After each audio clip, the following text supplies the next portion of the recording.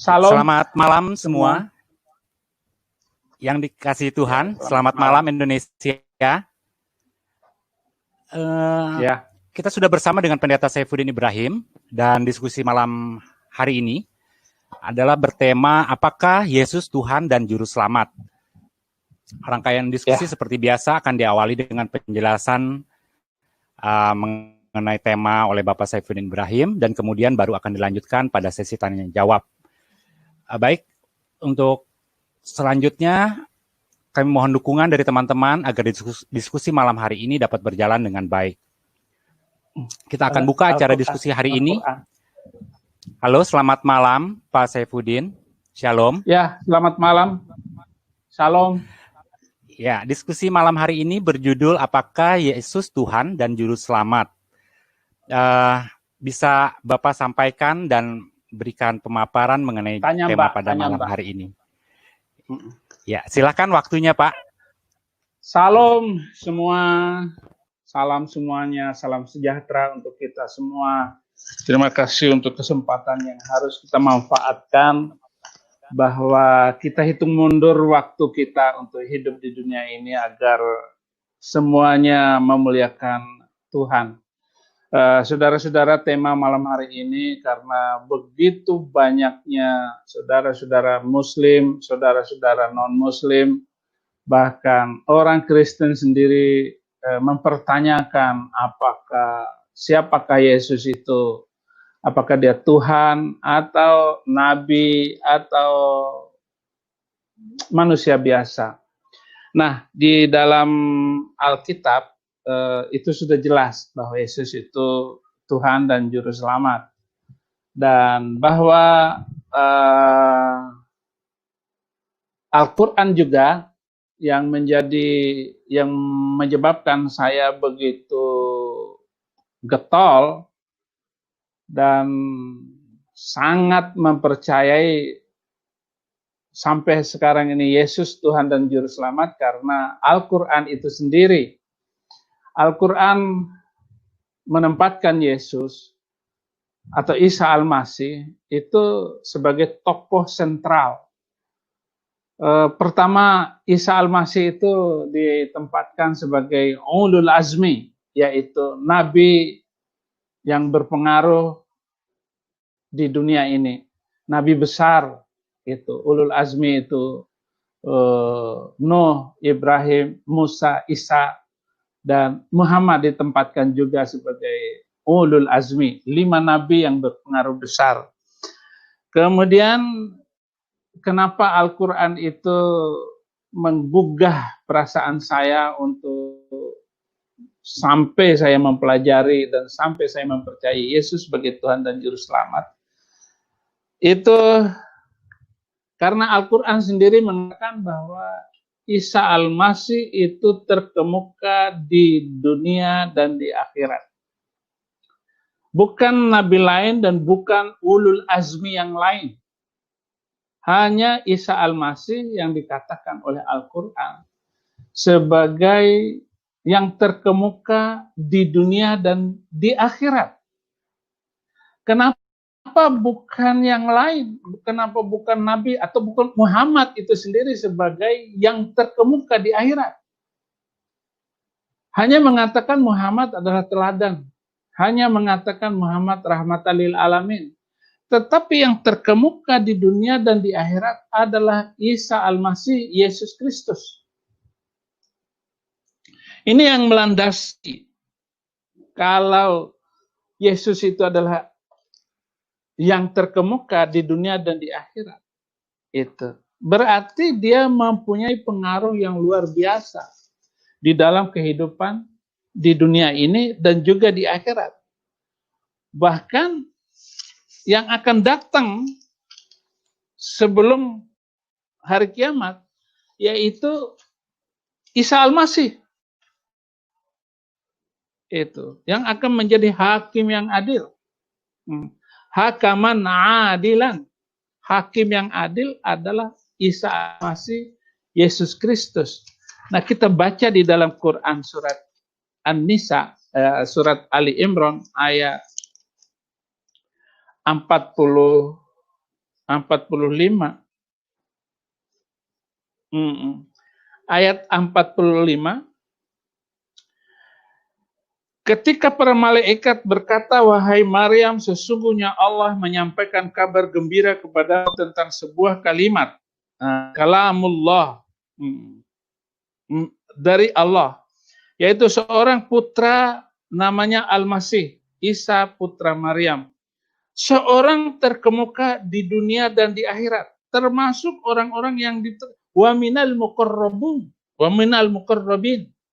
Orang-orang yang didekatkan. Begitulah kedudukan Isa Al-Masih baik di dunia maupun di akhirat. Itu. Dan sekarang sudah 2000 tahun yang lalu sampai sekarang Yesus Kristus tetap terkemuka di dunia dan di akhirat.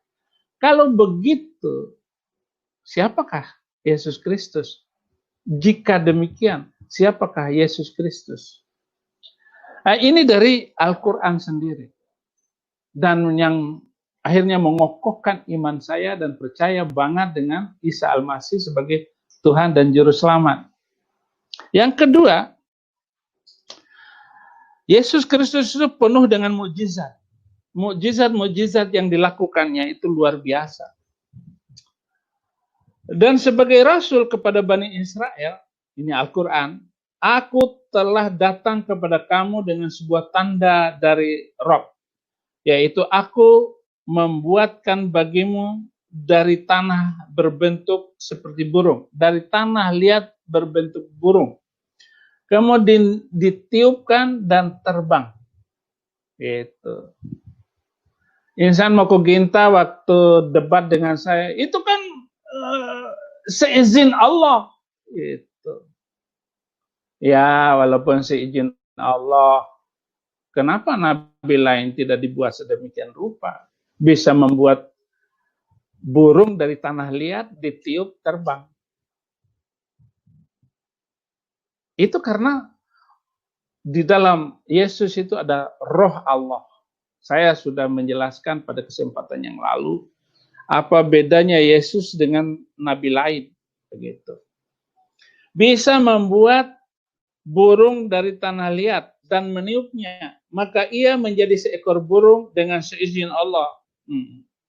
Dan aku menyembuhkan orang buta sejak lahir, orang yang berpenyakit kusta, dan aku menghidupkan orang mati dengan seizin Allah, dan aku beritahukan kepadamu apa yang kamu makan dan apa yang kamu simpan di rumahmu. Yesus tahu yang ada di rumah kita. Yesus tahu apa yang ada di rumah dan apa yang dimakan dan apa yang tersembunyi sekalipun Yesus tahu. Bahkan yang tersembunyi yang dikatakan oleh orang-orang Yahudi pada waktu itu, ahli Taurat dan orang-orang Farisi, dia berkata dalam hati, Yesus tahu apa yang dikatakan orang itu sehingga dijawab langsung oleh Isa Al-Masih Yesus Kristus itu. Karena mukjizat-mukjizat besar yang dilakukannya itu. Nabi lain tidak bisa membuat seperti itu. Mukjizat-mukjizat yang luar biasa. Seperti yang dilakukan oleh Yesus Kristus atau Isa Al-Masih. Kemudian Yesus juga Isa Al-Masih berbicara ketika masih bayi. Dalam masa bayi, ini kata Al-Quran dulu, bahwa Yesus Kristus bisa ngomong ketika masa bayi. Dan dia berbicara dengan manusia sewaktu dalam buayan dan ketika sudah dewasa. Dan ia termasuk orang-orang yang soleh. Gitu. Wa yukallimun nasa wa yukallimun nasa fil mahdi wa kahlan wa minas solihin. Jadi dalam masa bayi bisa ngomong.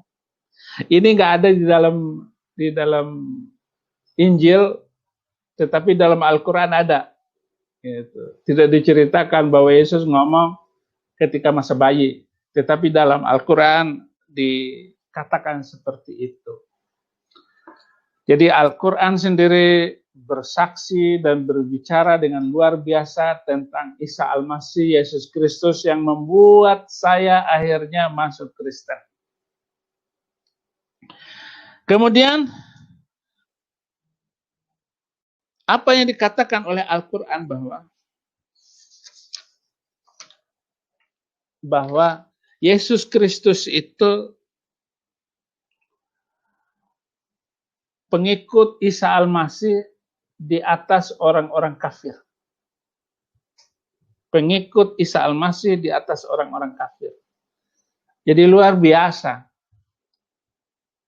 Kalau pengikut Yesus Kristus Isa Al-Masih, saya mengikuti Isa Al-Masih, maka saya di atas dari orang-orang yang tidak percaya kepada Yesus.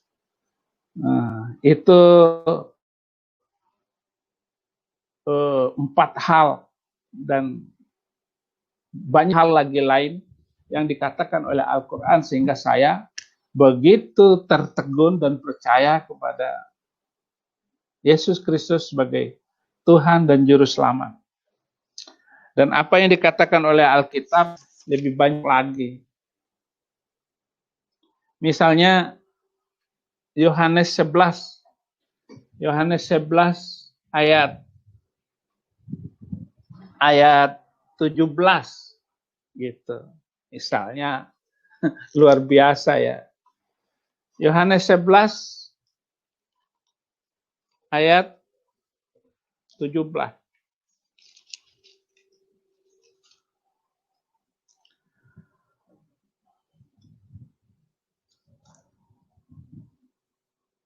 Yohanes 11 ayat 17. Waduh. Yohanes 14 ayat 6. Yang dikatakan bahwa Yesus Kristus adalah jalan dan hidup. Di situ dikatakan kalau di dalam bahasa Arabnya, wa qala al-yasu ana huwas siratu wal haqqu wal hayat la yaji'u ahadun ilal ab illa bi. Akulah jalan, kebenaran dan hidup. Tidak ada seorang pun yang datang kepada Bapa kecuali lewat aku. Jadi Yesus itulah jalan. Dulu waktu saya di sana, saya selalu bertanya, tunjukilah aku ke jalan yang lurus. Tunjukilah aku ke jalan yang lurus. Jawabannya di dalam Alkitab. Kata Yesus, akulah jalan. Jadi Yesuslah jalan, kebenaran. Sudah tahu jalan, tahu hidup yang benar. Kalau kita ikut Yesus, pasti hidup dalam kebenaran. Dan akulah jalan, kebenaran, dan hidup. Jadi Yesuslah jalan, kebenaran, dan hidup. Tidak ada seorang pun yang datang kepada Bapa, tidak ada seorang pun yang masuk surga, yang masuk ke dalam kerajaan Allah, kecuali lewat Yesus Kristus. Nah, ini yang luar biasa dari setelah saya menjadi guru Al-Quran, kemudian saya membaca Injil, barulah saya kaget bahwa Yesuslah jalan, kebenaran, dan hidup. Dan tidak ada seorang pun yang datang kepada Bapa kecuali lewat Yesus Kristus. Jadi pasti ikut Yesus Kristus dan kita akan mengenal kebenaran dan hidup itu sendiri. Kemudian Yesus juga mengatakan bahwa Yesus adalah kebangkitan dan hidup.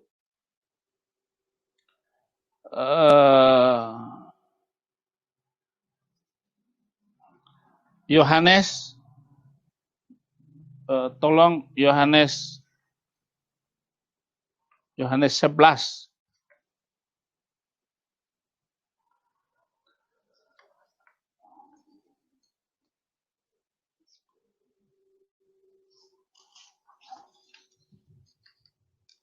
Yohanes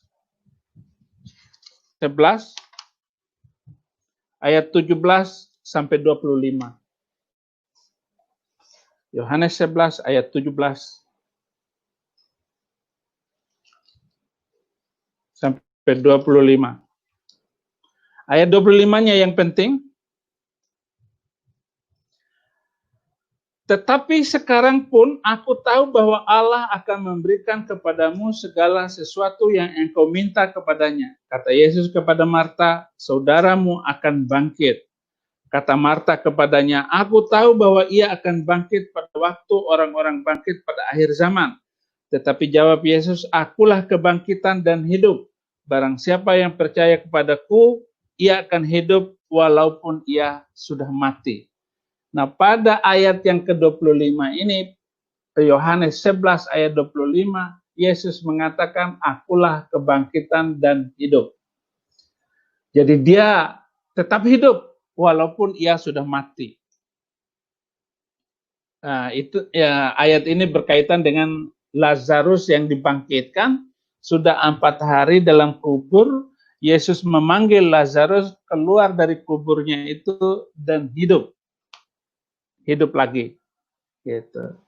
Maka Yesus menunjukkan kepadanya, akulah kebangkitan dan hidup. Yesuslah kebangkitan dan hidup. Jadi kalau kita percaya kepada Yesus, maka kita akan bangkit dan hidup kembali.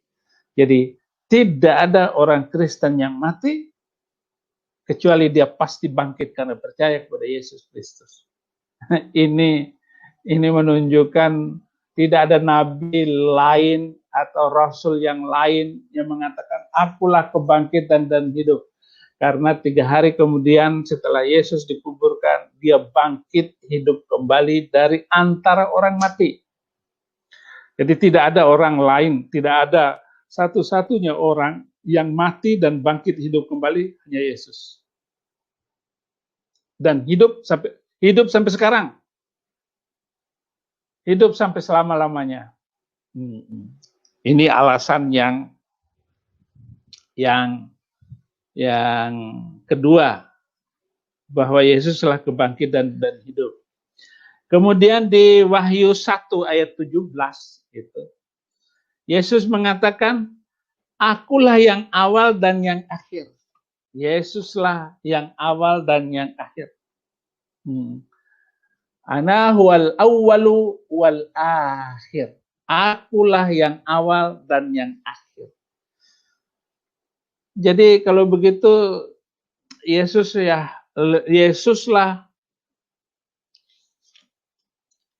yang awal dan yang akhir. Kalau dia mengatakan yang awal dan yang akhir, terus siapa dia Yesus? Ya dialah Tuhan. Iya. Cari ayat di mana-mana pun, ya pasti kita akan ketemu Yesuslah yang awal dan yang akhir. Di Wahyu 1 ayat 17. Ketika aku melihat dia, tersungkurlah aku di depan kakinya, sama seperti orang yang mati. Tetapi ia meletakkan tangan kanannya di atasku, lalu berkata, jangan takut, akulah yang awal dan yang akhir.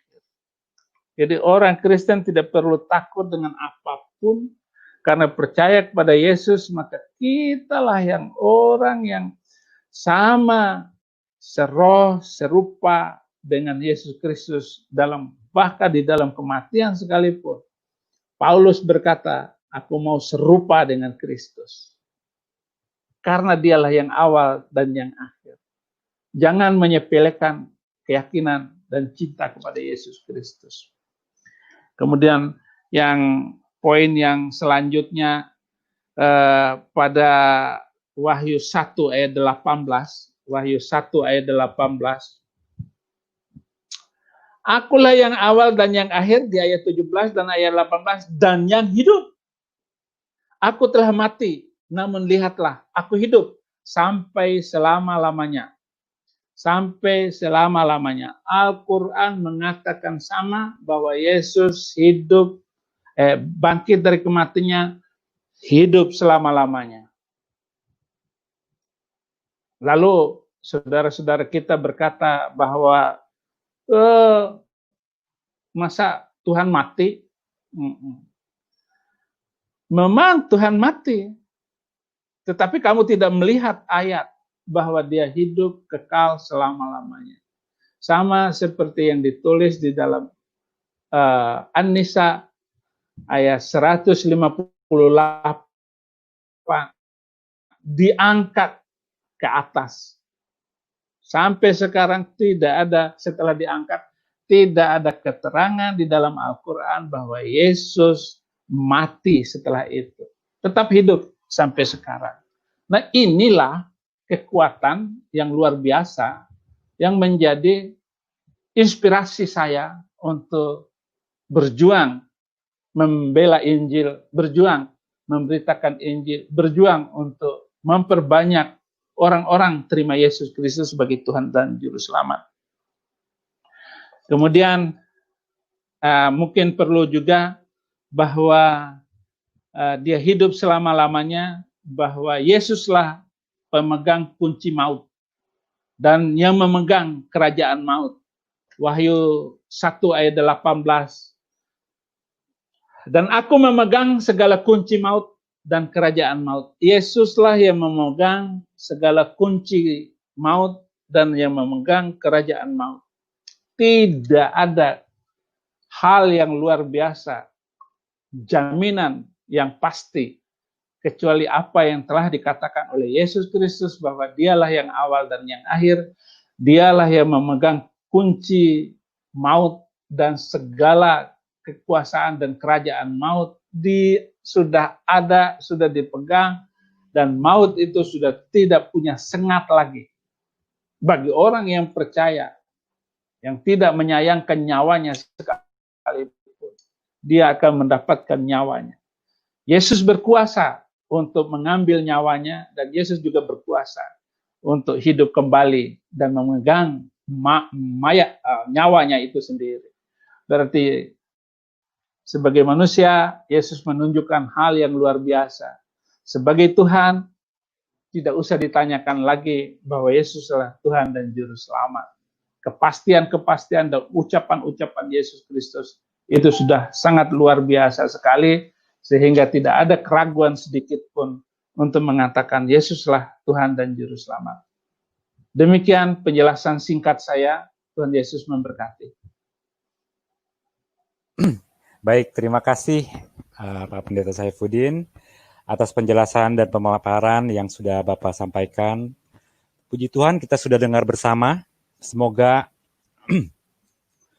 boleh menjadi berkat bagi kita semua apa yang tadi sudah dipaparkan. Sekarang kita akan membuka untuk sesi tanya jawab bagi teman-teman yang ingin bertanya dan berdialog langsung dengan Pendeta Saifuddin Ibrahim, dapat mengikutinya. Link disertakan di kolom chat dan deskripsi ya. Bisa masuk.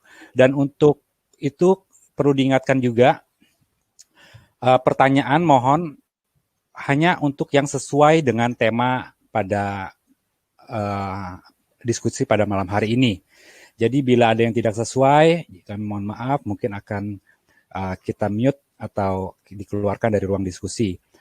Kemudian juga kita batasi untuk pertanyaan, dibatasi 2 pertanyaan untuk masing-masing peserta yang mau bertanya.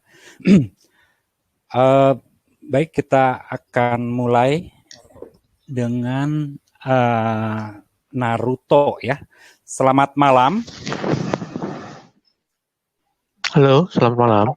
Ya, selamat malam. Ya. Silakan, Pak. Shalom, Pak Saifuddin. Pendeta Saifuddin. Iya, langsung aja ya. Saya mau maaf, seribu maaf. Mau meluruskan saja. Menurut saya, Isa Al-Masih dan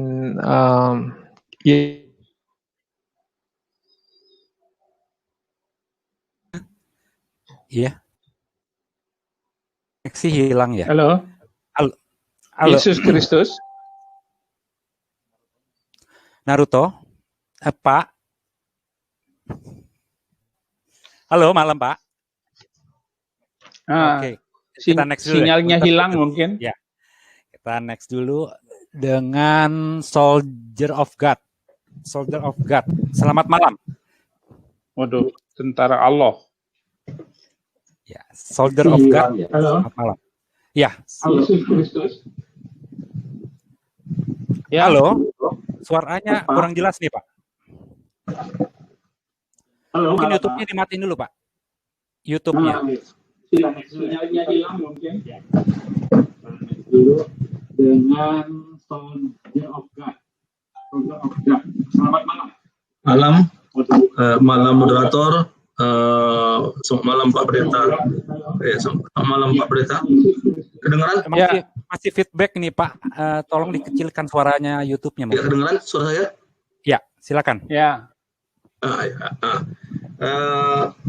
Ini Pak Pendeta, saya mau tanya, di dalam, kalau saya sih sudah yakin bahwa Yesus ada Tuhan, karena ada banyak perkataan Yesus, baik itu secara langsung, eksplisit maupun non eksplisit, yang menyatakan bahwa Dia adalah Bapa itu sendiri, ya kan? Sama seperti aku dan Bapa adalah satu, Bapa dalam aku dan aku dalam Bapa. Banyak hal itu.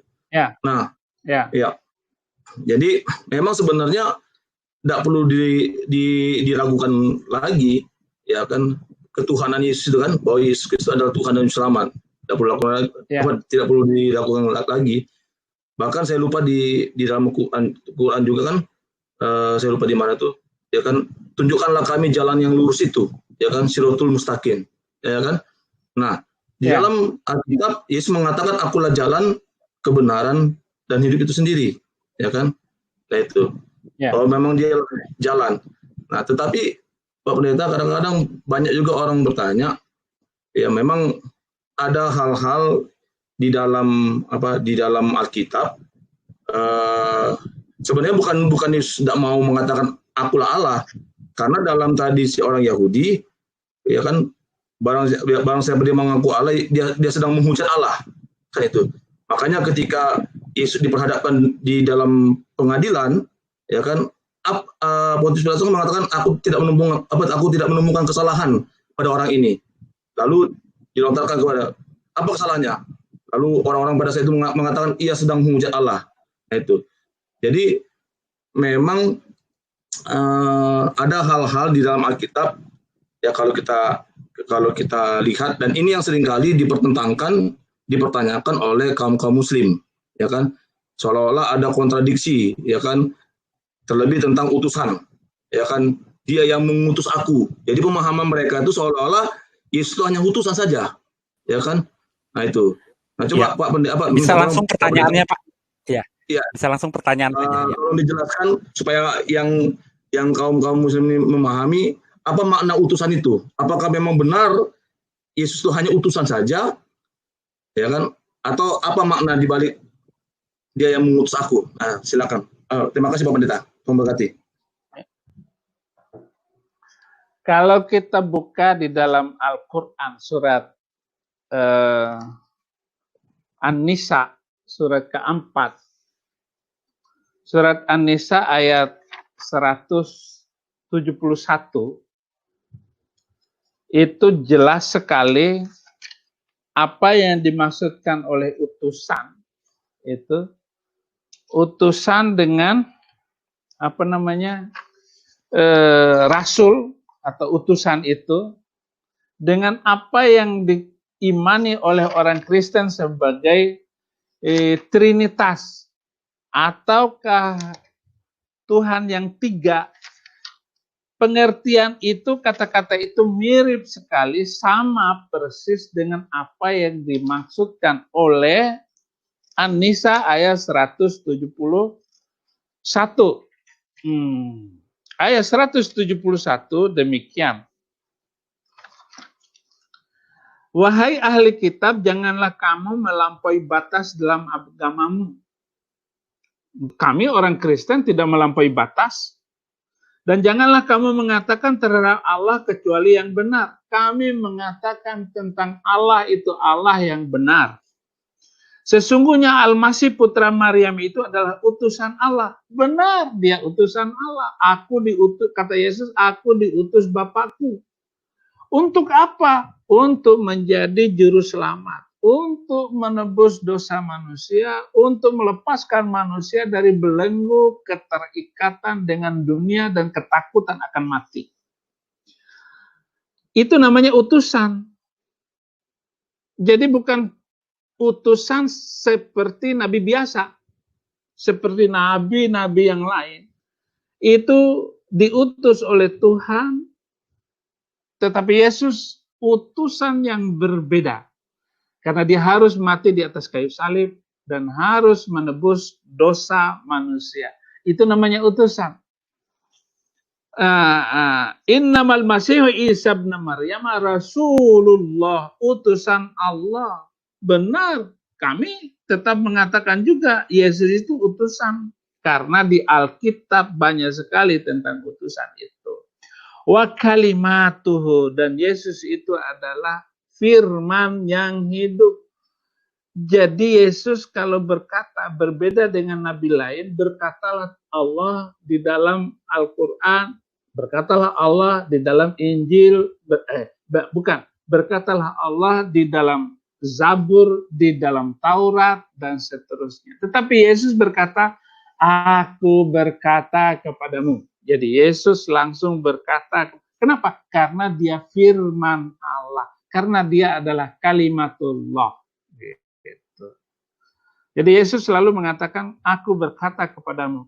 Tetapi di dalam perjanjian lama, demikian firman Tuhan. Berbeda dengan Yesus, dia selalu mengatakan, aku berkata kepadamu. Gitu. Atau katanya kepada mereka. Itu ada tulisan untuk kata ganti orang ketiga. Tetapi kalau Yesus yang mengatakan yang langsung kepada Petrus, aku berkata kepadamu. Gitu. Dan sebagainya. Itulah makna dari kalimat Tuhan. Jadi Yesus itu kalimat Allah. Ucapan Allah. Yang hidup. Dan yang ketiga, waruhum minhu. Waruhum minhu. Alqoha ila Maryam waruhum minhu. Iya, jadi Yesus itu adalah roh Allah, roh Tuhan itu sendiri. Berbeda dengan roh manusia biasa, roh nabi-nabi yang lain, itu adalah roh buatan. Tetapi Yesus adalah roh Tuhan itu sendiri. Lukas 4 ayat 18, roh Tuhan ada padaku. Jadi begitu. Tetapi apa bedanya dengan roh nabi-nabi yang lain? Zakaria 12 ayat 1 dan 2. Zakaria 12 ayat 1 dan 2. Nah, kita lihat nih, apa kata bedanya Yesus dengan nabi lain. Nah, Zakaria 12 ayat 1. Ucapan ilahi firman Tuhan tentang Israel. Demikianlah firman Tuhan yang membentangkan langit dan yang meletakkan dasar bumi dan menciptakan roh dalam diri manusia. Jadi roh di dalam nabi-nabi lain itu adalah roh ciptaan, roh buatan. Tuhan di dalam diri manusia itu sendiri, karena manusia biasa itu lahir dari keinginan laki dan perempuan, lahir dari hasil hubungan suami istri. Berbeda dengan Yesus Kristus adalah roh Tuhan itu sendiri, roh Allah yang masuk, janin dari roh Allah yang masuk di dalam rahim Maria. Dia tidak lahir dari keinginan laki dan perempuan. Itulah yang membedakan Yesus dengan nabi lain. Rohnya adalah roh Tuhan itu sendiri. Tetapi roh kita adalah roh dari keinginan laki dan perempuan. Jadi itu yang membedakan antara maksud Yesus adalah utusan. Ya, dengan nabi lain. Terima kasih. Ya, satu lagi Pak Pendeta. Ya, silakan. Ya. Singkat saja ya Pak. Ya, silakan. Ya, di dalam Quran kan, saya lupa di surah mana, itu kan kita kan sebagai orang Islam kan mempercayai Allah Tritunggal. Nah, sebenarnya konsep Tritunggal juga kan sudah ada Pak Pendeta di Quran, di surah mana saya lupa, bahwa Isa itu yang saya baca Allah, tadi, yang saya baca tadi. Ya, nah itu. Nah, tetapi kenapa beda Pak Pendeta konsep Tritunggalnya dengan konsep Tritunggalnya yang ada dalam Quran, sehingga mereka tidak bisa memahami bahwa di dalam Quran juga ada konsep Tritunggal. Seperti itu Pak Pendeta. Terima kasih. Oh ya. Maryam An-Nisa ayat 171 yang mengatakan Yesus itu adalah Rasulullah wa kalimatuhu wa ruhum minhu, itu sama maknanya pemahaman tentang bahwa Yesus itu juga putra, Yesus adalah dan Roh Kudus itu sendiri. Jadi itu yang dimaksud dengan Tritunggal yang dikatakan dalam Al-Quran, namun penjelasan Ustadz, penjelasan Kiai tidak nyambung, tidak sampai kepada pengertian itu. Mestinya Pak Kiai itu harus baca dulu Alkitab, baru mengerti tentang Tritunggal atau Trinitas itu. Karena Yesus ya di dalam Bapa, Bapa ya di dalam Yesus. Kamu harus tahu bahwa aku ada di dalam Bapa dan Bapa itu ada di dalam aku. Aku dan Bapa adalah satu. Begitu ayat yang tegas di dalam, dan itu bukan samar-samar. Bukan kalimat dalam Injil, dalam Alkitab itu tidak perlu lagi ditafsirkan karena kalimat-kalimatnya jelas. Ucapan-ucapan Yesus itu tidak mendua. Semua ucapannya itu berbentuk hukum dan kapasitas ucapan itu luar biasa karena kebenaran dan tidak tersembunyi, tidak samar-samar. Misalnya Yesus mengatakan, aku tidak membawa damai, tetapi aku membawa pedang. Padahal Yesus tidak, kalau baca ayat itu Yesus nggak membawa pedang. Nggak ada kata-kata bahwa Yesus secara ini. Harus dimengerti kalimat per kalimat. Apakah Yesus membawa pedang? Enggak. Yesus memisahkan bapak dengan anak, mertua dengan ibu mertua. Itu maksudnya kalau terima Yesus pasti dibenci orang. Gitu. Kenapa? Karena kita hidup benar. Kenapa? Kok Saifuddin Ibrahim dipenjarakan? Karena hanya memberitakan Injil dan mengajak orang untuk melakukan hal-hal yang baik. Kok masuk penjara 4 tahun? Gitu. Kok dianggap penista agama? Begitu. Nah, itu yang saya maksud. Kalau kita mengatakan kebenaran seperti yang dikatakan oleh Yesus Kristus, maka kita akan terpisah dengan manusia lain. Akan dibenci oleh kakak adik kita. Seperti yang dialami oleh saya. Sampai hari ini. Sampai hari ini mereka membenci saya. Kenapa? Karena ikut Yesus. Nah, itu membawa pemisah. Saya hidup dengan kebenaran. Saya hidup dengan kepastian. Jadi itu maksudnya. Baik. Terima kasih. Terima kasih ya. Oke. Ya, sama-sama. Baik, untuk selanjutnya Pak Jetro. Selamat malam. Selamat malam.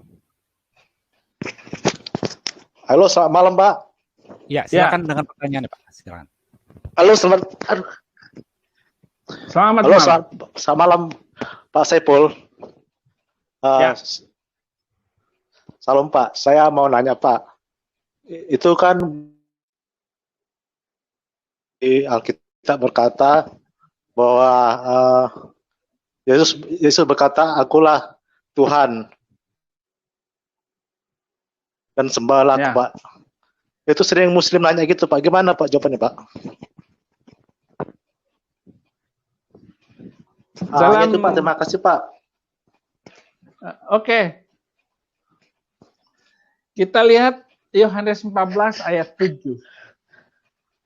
Yohanes 14 ayat 7.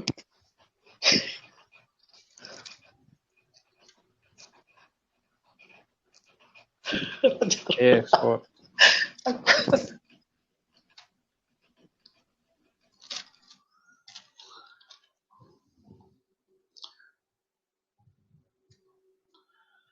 Ayat 7, sekiranya kamu mengenal aku, pasti kamu juga mengenal Bapakku. Sekarang ini kamu mengenal dia dan kamu telah melihat dia.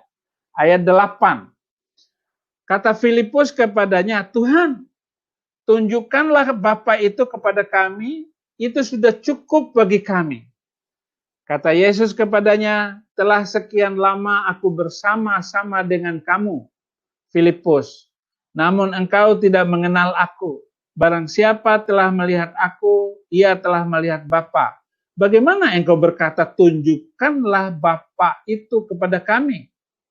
Terus ayat 10, tidak percayakah engkau bahwa aku di dalam Bapa dan Bapa di dalam aku? Apa yang aku katakan kepadamu, tidak aku katakan dari diriku sendiri. Tetapi Bapa yang diam di dalam aku, dialah yang melakukan pekerjaannya. Mereka bertanya, mana kata Yesus bahwa akulah Tuhan dan sembahlah aku. Oh, ini sudah cukup kalimatnya. Kata-kata ini cukup dimengerti bahwa Yesus adalah Bapa itu dan Bapa ada di dalam Yesus Kristus, maka kita berhak dan wajib menyembahnya.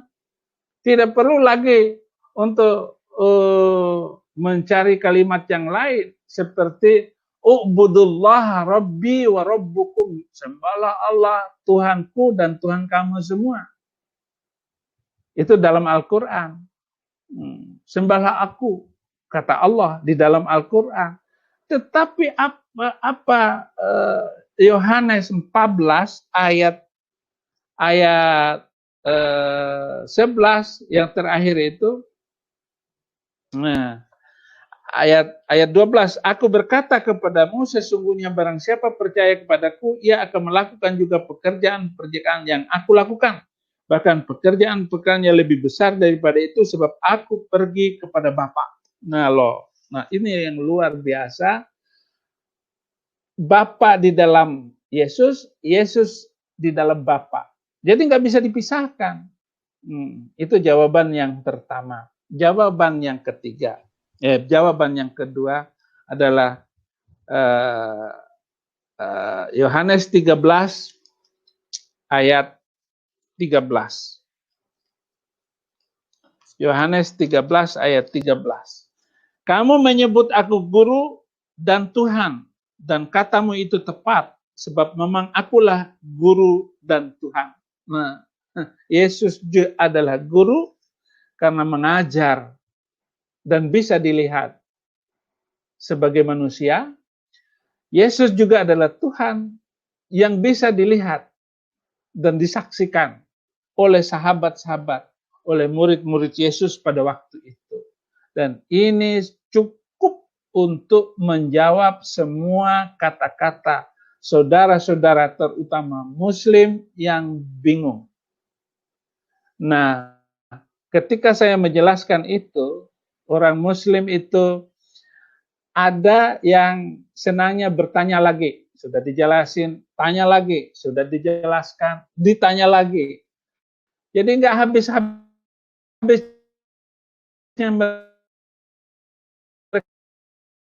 mereka bertanya. Tapi kalau kita tanya kepada mereka, dia sendiri yang mereka goncang sendiri. Dan terima Yesus dan minta dibaptis. Terima kasih. Tuhan Yesus memberkati. Ya, baik, terima kasih. Cukup Pak Jethro. Ya. Oke, selanjutnya dengan Halo. Dengan Joki. Halo, malam. Halo.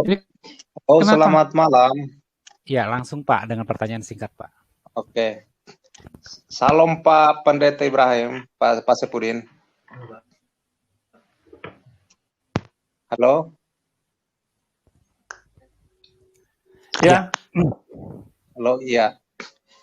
Jadi gini Pak, sering saya mendengar dari teman muslim itu, mereka menanyakan bahwa kalau memang Tuhan itu Maha Pengampun, kenapa tidak langsung aja di